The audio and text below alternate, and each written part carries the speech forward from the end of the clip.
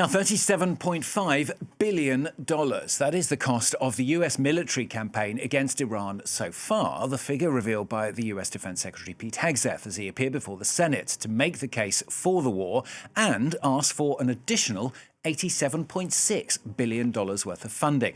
Hegseth's appearance as the US military has launched what is its 11th night of the latest strikes on Iran. Some anger, though, from Democrats. So here we are 5 months later. The strait is closed. The ceasefire hasn't just disintegrated. This war is now spiraling out of control again. The president is threatening escalation and war crimes and suggesting this could be another forever war. He has told us over 40 times now that a deal is near and the war will be over soon. But now he is asking for $70 billion more, and for us to just trust him, it'll work out fine. Well, Rochelle Ferguson-Bouyahi from our International Affairs desk joins us here on set now. Rochelle, the price of the Iran war, I mean, it seems to be rapidly increasing, doesn't it? Spiraling out of control is what Patty Murray said there. We can bring up some of these figures for you because I think it's interesting to flesh through them. So as we've said so far this morning, $37.5 billion to date. That's how much is estimated to have cost the US this war on Iran. It's worth saying that a number of Democrats have said that, you know, the fees that it's taken in terms of the damage caused to US bases in the Gulf hasn't been included in that. So they estimate that the cost of this is a great deal higher. But what that amounts to ultimately is an $8 billion increase since May. So you can see these fees rapidly increasing there. $87 billion then is what Pete Hegseth has asked for in congressional funding. Pete Hegseth then saying that, you know, we face critical shortfalls. This has threatened our ability to pay our service members. His words, we're rapidly needing to replenish equipment, and that's why so much is being asked for.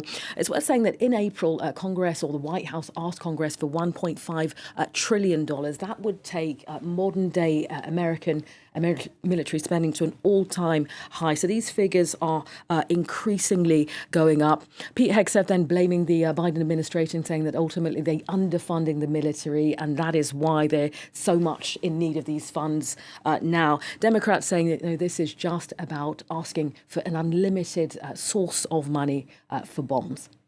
Comes, of course, as I mentioned at the top there, 11th consecutive night of strikes by the US. Donald Trump's also made a specific threat, hasn't he? This is against Pickaxe Mountain. That's right. That 11 consecutive night, or 11th, I should say. US Central Command says, no, we are all about stopping this threat on the Strait of Hormuz. So we have therefore targeted aircraft hangars.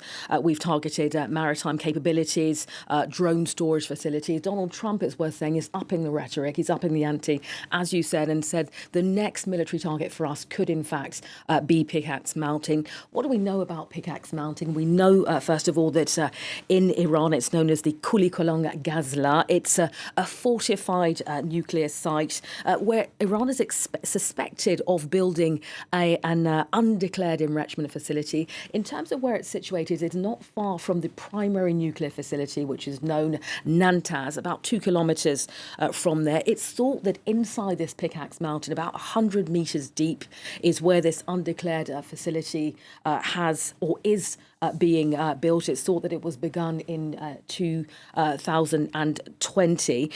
Little known, though, about this place. We have a number of kind of reports from US intelligence which say that even the biggest Buster bunker bombs within the US military arsenal wouldn't be able to damage this nuclear facility. So it's interesting when you hear Donald Trump saying we're going to hit this and we're going to hit it hard, because his intelligence reports suggest that this is not going to be an easy task. One US think tank saying that then one way of targeting, of damaging this nuclear facility would be boots on the ground. But we know that for Donald Trump, this is a red line.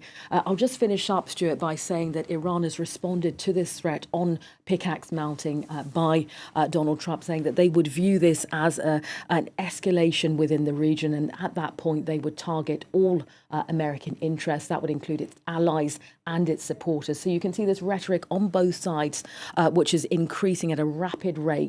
Pickaxe Mountain, though, clearly within the weapons that the US arsenal has currently, would not be able to, according to US reports, target that mountain.